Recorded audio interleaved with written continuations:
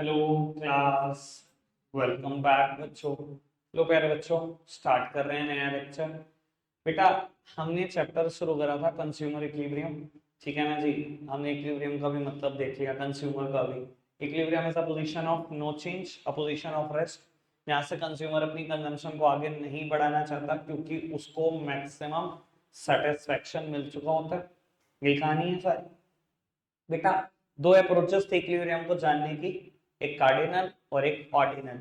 Cardinal मतलब जहां हम नंबर के थ्रू सब कुछ जानेंगे, और बेटा हमने जान भी लिया consumer equilibrium in case of single commodity और in case of double commodity. सब शेड्यूल से जाना है, सब कुछ न्यूमेरिकल फिगर से जाना है।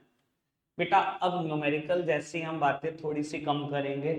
ठीक है ना। अब हम जान रहे हैं बेटा ऑर्डिनल अप्रोच। देखो, कार्डिनल अप्रोच में कुछ कमी थी, तभी ऑर्डिनल अप्रोच को आना पड़ा। अगर वो 100% होती तो बेटा ऑर्डिनल अप्रोच की जरूरत नहीं थी। कमी यही है बेटा कि आप बात करते हो यूटिलिटी को मेजर किया जा सकता है, इन प्रैक्टिकल लाइफ कहाँ किया जा सकता है। अब बात कर सकते हो कि बेटा यूटिल्स क्या है, एक साइकोलॉजिकल फिनोमेना है बेटा, एक रैंडम नंबर है। कोई भी कुछ भी नंबर बोल देता है ना। किसी ने कह दिया मुझे पिज्जा की स्लाइस खा के 30 यूटिल्स का सेटिस्फेक्शन मिला, किसी ने 20। तो यार ये तो चीजें कभी कंपेयर ही नहीं हो पाएंगी। अगर ये नंबर ही हवा में है, ये नंबर ही एक साइकोलॉजिकल नंबर है, तो बेटा कार्डिनल अप्रोच कोई बहुत अच्छी थोड़ी है। इसी वजह से बेटा जन्म लिया ऑर्डिनल अप्रोच ने, जहां हम बेटा रैंक देंगे रादर देन कि हम ये बताएं कि इतने यूटिल्स का सेटिस्फेक्शन मिला।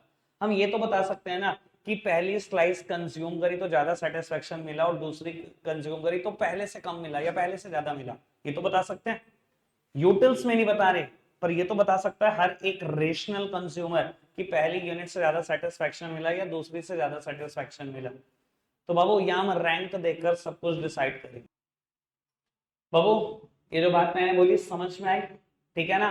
कार्डिनल अप्रोच नंबर्स पर थी, पर बेटा वहां पूरे नंबर्स क्या है, साइकोलॉजिकल नंबर हैं। कोई भी कुछ भी नंबर बोल देता था। यहां हम नंबर की बात नहीं करेंगे, पूरी की पूरी ऑर्डिनल अप्रोच रैंक्स पर चलती है। पूरी की पूरी ऑर्डिनल अप्रोच रैंक्स पर चलती है। हम ये तो बता सकते हैं कि पहली यूनिट कंज्यूम करने पे ज्यादा सेटिस्फेक्शन मिला तो हम इसको रैंक 1 दे सकते हैं, दूसरी यूनिट कंज्यूम करने पर कम सेटिस्फेक्शन मिले से रैंक 2 दे सकते हैं। ठीक है ना। वरना क्या होगा, मैंने पिज्जा की स्लाइस कंज्यूम करी, मुझे अच्छा लगता है, मैं कह दूंगा 30 यूटिल्स और दूसरे से 25 यूटिल। किसी को कम अच्छा लगता है, उसने कह दिया 15 यूटिल, दूसरे से 10 यूटिल। तो ये तो कंपैरिजन ही नहीं हो पाएगा कभी। तो कुछ कमी थी कार्डिनल अप्रोच में, इसलिए ऑर्डिनल अप्रोच ने जन्म लिया। ठीक है जी। बेटा, चार बातें फटाफट से पढ़ना ऑर्डिनल अप्रोच की, ये चार बातें। थोड़ा स्पीड बढ़ा के रखना ताकि 120 तक वाइंड अप कर सके।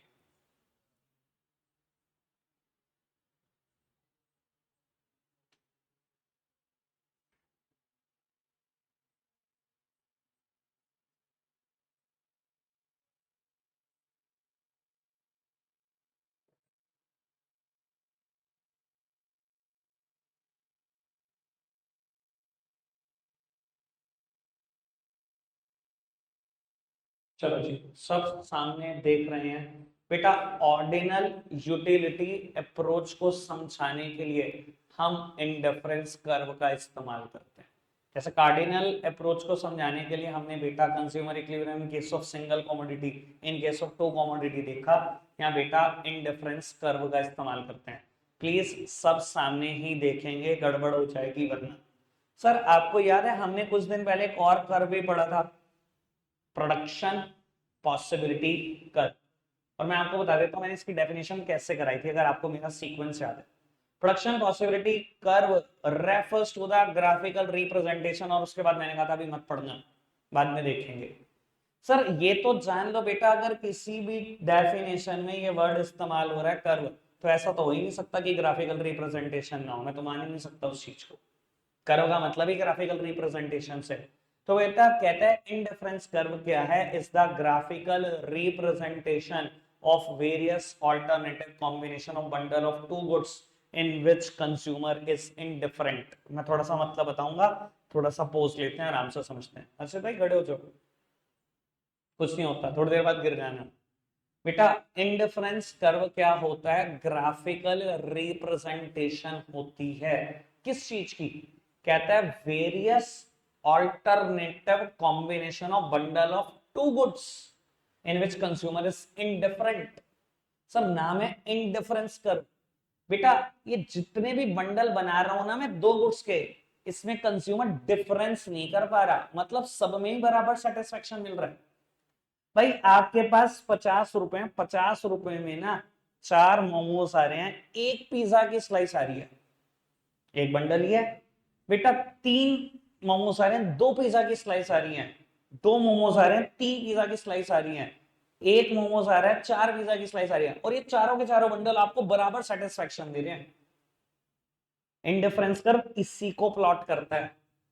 क्या कह रहा है? इनडिफरेंस कर्व है, ग्राफिकल रिप्रेजेंटेशन है बेटा किसकी? Various alternative combination of bundle of two goods in which consumer is indifferent. Consumer differentiate नहीं कर पा रहा किसी भी बंडल में, यानी कि सारे के सारे बंडल बराबर सेटिस्फेक्शन दे रहे हैं। समझ में आ रही है बात बाबू? एग्जाम्पल से अगर समझाने की कोशिश करो तो मैंने इंडिफरेंस शेड्यूल बनाया बेटा, बहुत सारे बंडल बनाने की कोशिश करी। बेटा एक बंडल ये है कि आप 1 एप्पल खा रहे हो और 15 बनानास, 2 एप्पल और 10 बनानास, 3 एप्पल और 6 बनानास, 4 and 3 और 5 और 1, और ये आपको बिल्कुल बिल्कुल बराबर सेटिस्फेक्शन दे रहे हैं, बिल्कुल बराबर सारे के सारे बंडल। एक आदमी ये कंज्यूम कर रहा है बराबर सेटिस्फेक्शन, ये कंज्यूम कर रहा है बराबर सेटिस्फेक्शन, ये कंज्यूम कर रहा है बिल्कुल बराबर सेटिस्फेक्शन। ठीक है जी, यहाँ मैक्सिमम सेटिस्फेक्शन की अभी तक बात ही नहीं है। कोई दिक्कत, कोई परेशानी तो नहीं? समझ में आई बात? इंडिफरेंस कर्व इधर देखना, कर्व है मतलब ग्राफिकल रिप्रेजेंटेशन किसकी? Various alternative combination of bundle of two goods in which consumer is indifferent. नाम है इनडिफरेंस कर्व, कंज्यूमर से डिफरेंस नहीं हो रहा, सारे वो बंडल हैं। ठीक है ना, यानी कि सारे बराबर सेटिस्फेक्शन दे रहे हैं बंडल। कोई दिक्कत, कोई परेशानी तो नहीं? पक्का से बेटा अगर इसका कर्व बनाना हो, सब सामने देखेंगे, कर्व बना रहे हैं बेटा हम इसका।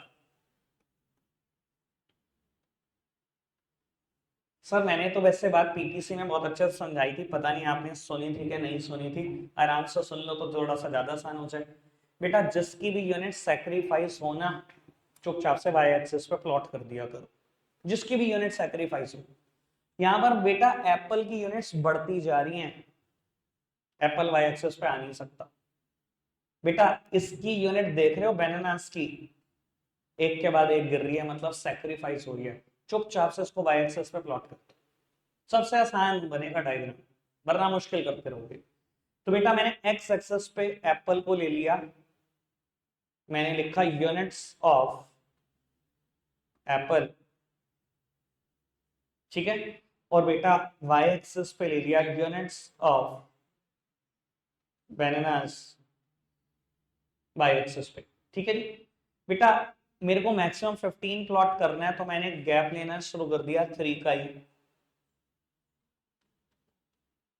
जब 1 यूनिट ऑफ एप्पल है तो बेटा 15 यूनिट ऑफ बनानास है, पहला पॉइंट। 2 यूनिट एप्पल की तो 10 यूनिट बनाना की, बेटा लगभग दूसरा पॉइंट यहां पर 3 और 6, 4 और 3, और बेटा 5 और 1।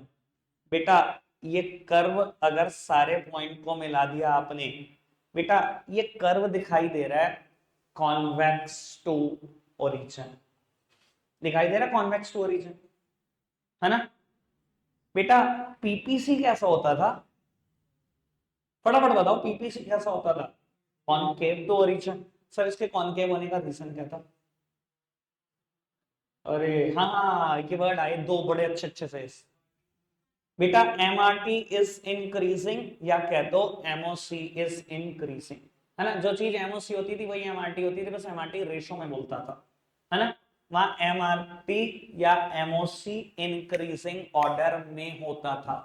बेटा सेम लॉजिक यहां पर है, बट बेटा उसको हम एमआरटी नहीं बोलते, हम उसे बोलते हैं एमआरएस।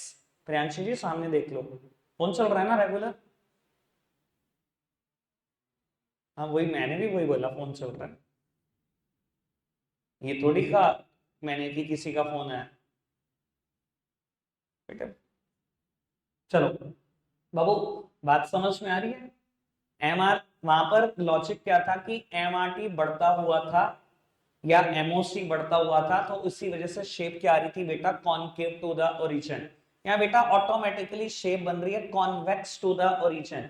बेटा सेम लॉजिक है, बस यहाँ पर कंसेप्ट को हम एमआरटी नहीं बोलते, एमआरएस बोलते हैं। मैं पढ़वा देता हूं आपको, मेरे सीक्वेंस से ही पढ़ना, चाहे किसी भी सीक्वेंस में नोट्स में लिखा हो, पढ़ना जरा बेटा। एमआरएस क्या है? कहता है MRS refers to the rate at which commodity can be substituted with each other so that total satisfaction of consumer remains same. बेटा कहता है एमआरएस वो रेट है जिसपे आप कमोडिटी को सब्स्टिट्यूट कर सकते हो एक दूसरे से, और इस तरीके से सब्स्टिट्यूट करना कि सेटिस्फैक्शन गिरने ना पाए। तो मैंने भी तो यही बोला था बेटा बाबू, बंडल पी और एस बिल्कुल बराबर सेटिस्फैक्शन देते हैं, हमने इससे इसको रिप्लेस कर दिया, यही तो एमआरएस बताता है।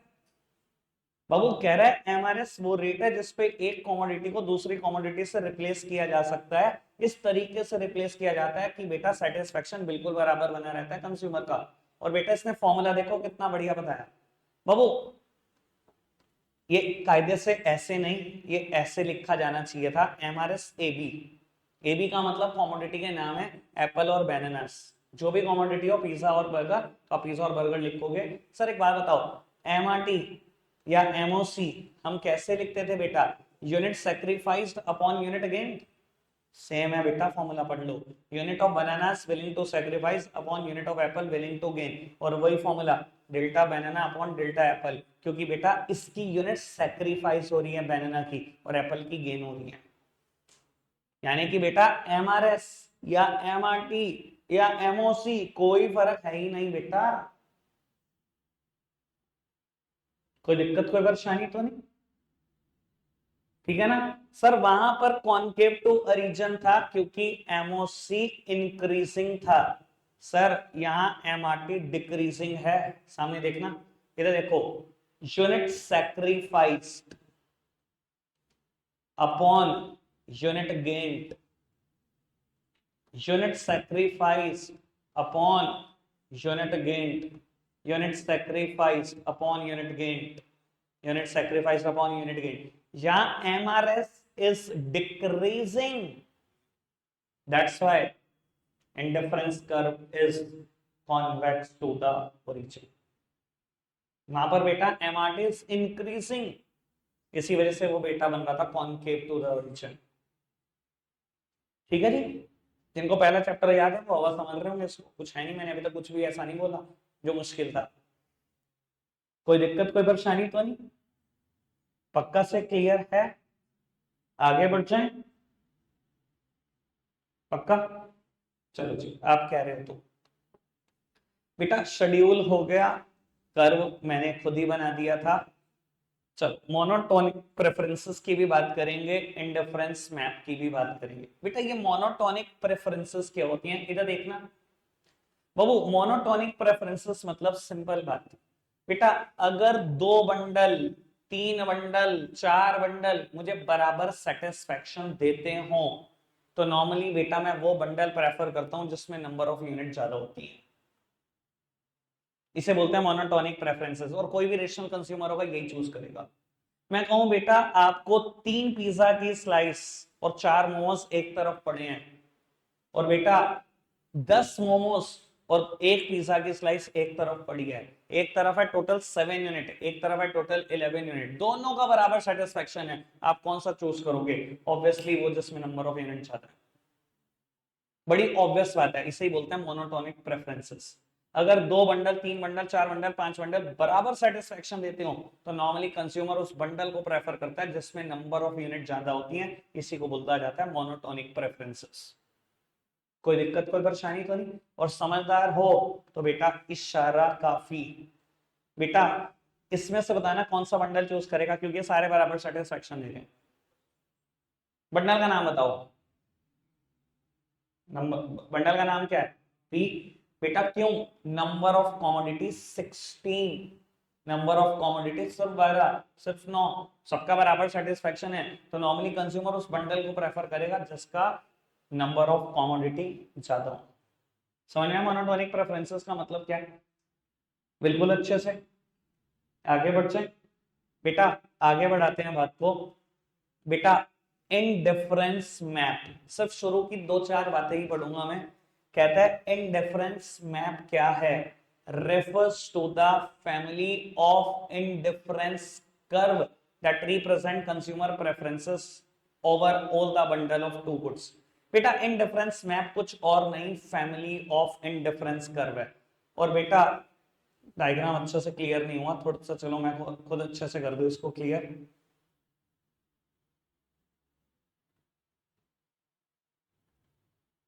बेटा ये है इंडिफरेंस मैप। बेटा इंडिफरेंस मैप की बेटा शुरू के तीन चार वर्ड थे। Indifference map refers to the family of indifference curve. Indifference map कुछ और नहीं बेटा, जहां बहुत सारे इंडिफरेंस कर्व आप प्लॉट कर दो उसे बोलते हैं बेटा इंडिफरेंस मैप। और समझाने के लिए एक बात बोलता हूं, ये बनता क्यों है? ये बेटा जन्म लेते हैं मोनोटोनिक प्रेफरेंसेस की वजह से। अगर आप सोच पाओ अच्छे से, मैं कोशिश करता हूँ आपको एक बारी में क्लियर करूँ। अच्छा सामने देखिए, आज कोई मूड है पढ़ने का? क्या होती है मोनोटोनिक प्रेफरेंसेस? क्या होती है मोनोटोनिक प्रेफरेंसेस? पढ़ाओ।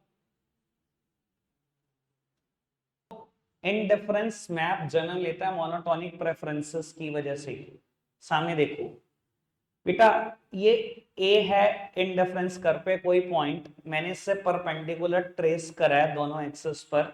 लेट सपोज की बात करते हैं, यहां पर है 3 बनानास और बेटा ये है 1 एप्पल।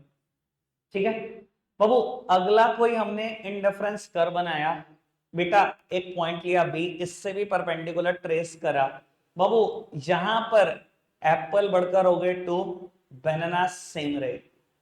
अब आप खुद समझने की कोशिश करो, ये जो पॉइंट है ए, यहां पर एक बंडल है 3 1 बेटा, बनाना है 3 कंज्यूम हुए, एप्पल है 1 बाबू।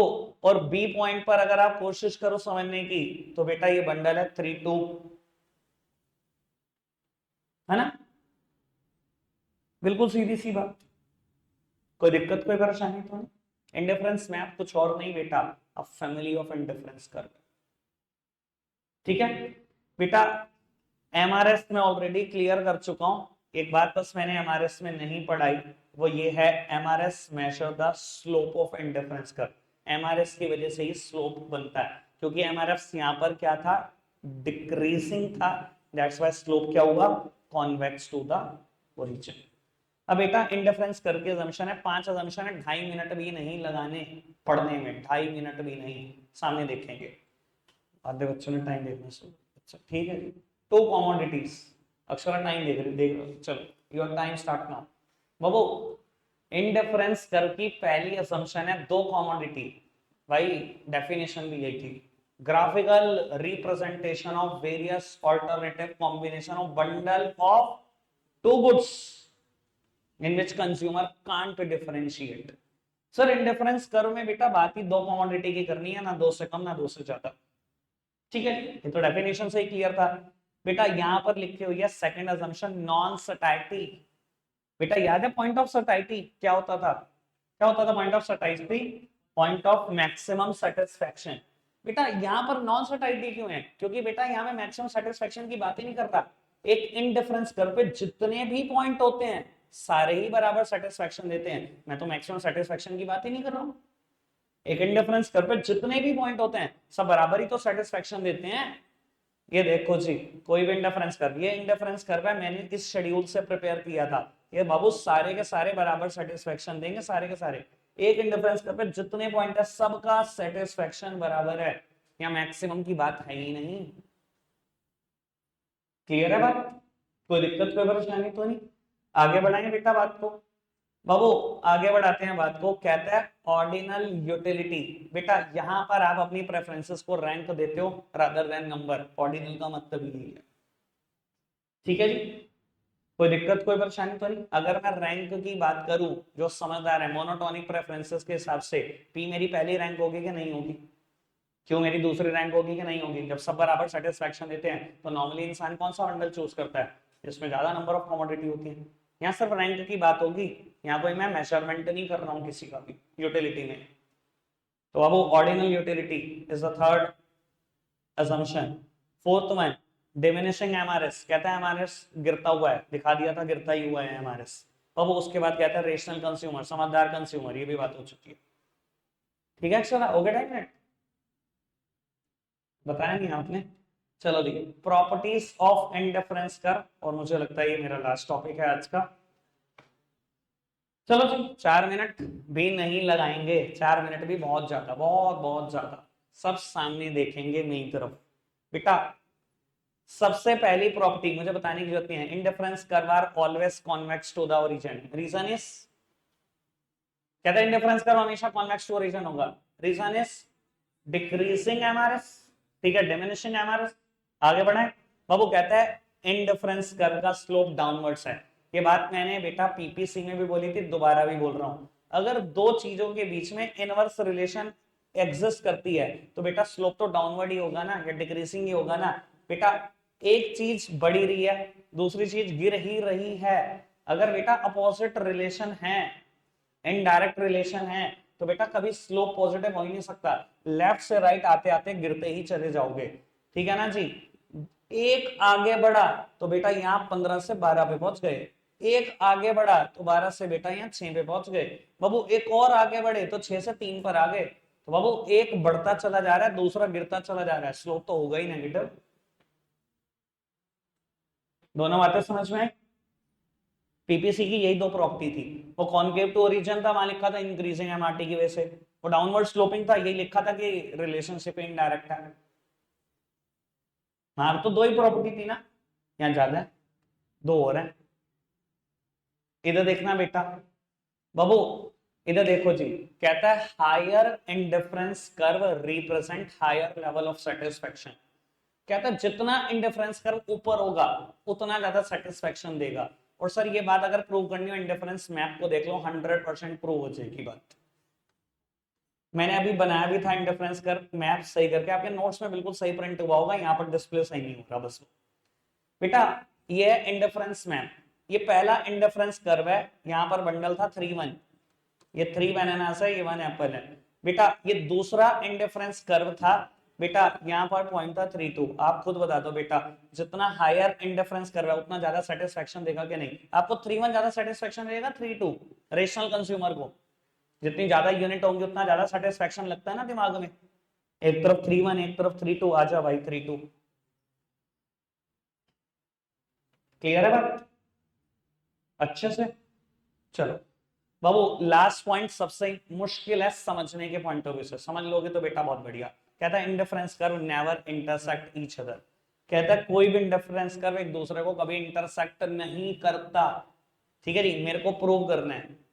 ये है IC1 इंडिफरेंस कर्व 1, ये है इंडिफरेंस कर्व 2, और मान लो मैं इंटरसेक्शन दिखा देता हूं, ये है इंडिफरेंस कर्व 3। ठीक है, इसने तो कहा नहीं करता, मैंने जान के इंटरसेक्ट कर दिया ताकि मैं प्रूव कर दूं कि नहीं कर सकते इंटरसेक्शन। बाबू कैसे प्रूव करूंगा? एक मैथमेटिकल इक्वेशन लिखकर। मैंने ना बेटा एक पॉइंट लिया बी जो इंडिफरेंस कर्व 2 पे भी एग्जिस्ट करता है और 3 पे भी, ठीक है जी। एक और पॉइंट लिया मैंने इंडिफरेंस कर्व 2 पर नोन एज ए, और एक पॉइंट लिया बेटा मैंने इंडिफरेंस कर्व 3 पर known as point C. Please सामने देखना बेटा, क्या ये मैं बोल सकता हूं ए और बी बराबर हैं? कैसे बोल सकता हूं? एक इंडिफरेंस कर्व पर जितने भी पॉइंट होते हैं सब मैक्सिमम, सब इक्वल सेटिस्फेक्शन देते हैं कि नहीं? तो मैं क्या बोल सकता हूं? ए और बी बराबर है। IC2 पर ए भी है और बी भी है, क्या मैं बोल सकता हूं ए के बिल्कुल बराबर है बी? एक इंडिफरेंस कर्व पर जितने भी पॉइंट होते हैं सब बराबर सेटिस्फेक्शन देते हैं कि नहीं? PQRST वो जितने भी मैंने बंडल लिए थे सब बराबर सेटिस्फेक्शन दे रहे थे। तो मैं बोल सकता हूं ए बिल्कुल बराबर है बी के। पहले बताओ फटाफट से, ठीक है बोल सकता हूं? तो बेटा फिर उस हिसाब से ये भी तो बोल सकता हूं कि बी बिल्कुल बराबर है सी के। एक इंडिफरेंस कर्व पर सारे पॉइंट बराबर सेटिस्फेक्शन देते हैं। IC3 पर मैंने 2 पॉइंट लिए, सी भी इस पर है और बी भी इस पर है, तो बेटा बी और सी भी तो बराबर सेटिस्फेक्शन देंगे, है ना? फिर इस हिसाब से सोचोगे तो ए और सी बराबर हो गए। क्या सच में ए और सी बराबर है? नहीं है ना ए और सी बराबर, तो बेटा लिख कर ले लो, कभी इंटरसेक्ट कर भी नहीं सकते। अगर मैथ्स के हिसाब से सोचोगे फिर तो ए और सी बराबर आ गए भैया। ए और सी बराबर है, दिख रहे हैं ए और सी बराबर बराबर सेटिस्फेक्शन दे रहे हैं। जितना हायर इंडिफरेंस कर्व होगा उतना ज्यादा सेटिस्फेक्शन देगा ना। अगर ए और सी बराबर नहीं है तो कभी इनका इंटरसेक्शन हो भी नहीं सकता। समझ आई बात? पक्का से 4 प्रॉपर्टी है इंडिफरेंस कर्व, बताना क्या क्या। Indifference curve convex to origin है ड्यू टू डिक्रीजिंग MRS। बेटा नेगेटिवली स्लोप्ड कर्व है, वो आप कुछ भी बोल लो, डाउनवर्ड स्लोपिंग है या नेगेटिवली स्लोप्ड, एक ही मतलब होता है। नेगेटिवली स्लोप्ड कर्व है from left to the right, क्यों? क्योंकि बेटा there exist a indirect relationship between two commodities, एक बढ़ रही है तो दूसरी गिर रही थी। बाबू यहां पर मैंने लिखा कि higher indifference curve higher satisfaction देता है, ये बात मैंने प्रूव करने की कोशिश करी है बेटा इंडिफरेंस मैप से। इंडिफरेंस मैप याद रखो बेटा, जो कर्व जितना ऊपर होगा उसमें नंबर ऑफ कमोडिटी उतनी ज्यादा होंगी तभी वो ऊपर है, और नंबर ऑफ कमोडिटी ज्यादा है तो मोनोटोनिक प्रेफरेंसेस कहती है, जहां कमोडिटी ज्यादा होती है कंज्यूमर वहां चला जाता है बेटा, उसको वहां ज्यादा सेटिस्फेक्शन नजर आता है। तो तीसरी बात, तो चौथी बात बेटा, इंडिफरेंस कर्व कभी इंटरसेक्ट नहीं करते, मैंने जान के इंटरसेक्शन किया और बेटा ये प्रूव करने की कोशिश करी है, कभी इंटरसेक्ट कर ही नहीं सकते। क्लियर है बात? आज के टॉपिक में कोई प्रॉब्लम कुछ समझ में आया, इंडिफरेंस कर्व या मैप या monotonic preferences, schedule curve, property, blah blah blah, assumption, कुछ भी पूछ लेना। अगर आज सब कुछ क्लियर है तो कल चैप्टर खत्म होने जा रहा है, इवन कल न्यूमेरिकल शुरू हो जाएंगे इस चैप्टर के। और उसके बाद बेटा मैं तुरंत शिफ्ट कर रहा हूँ थर्ड चैप्टर पर, डिमांड, जो बहुत जल्दी हो जाएगा। उसके बाद इलास्टिसिटी ऑफ डिमांड। मेरा टारगेट यही है बेटा कि मैं 500 चैप्टर रिवाइज कर दूं माइक्रो के, उसके बाद बेटा शुरू के 2-3 चैप्टर स्टैट्स के और एक आध प्रैक्टिकल जिसमें कोरिलेशन और मीन। अब देखो बाबू कितना कर सकते हैं, मैथ्स करना है रिवाइज। ठीक है जी, रखते हैं आज के लिए इतना ही है प्यारे बच्चों, बाय बाय।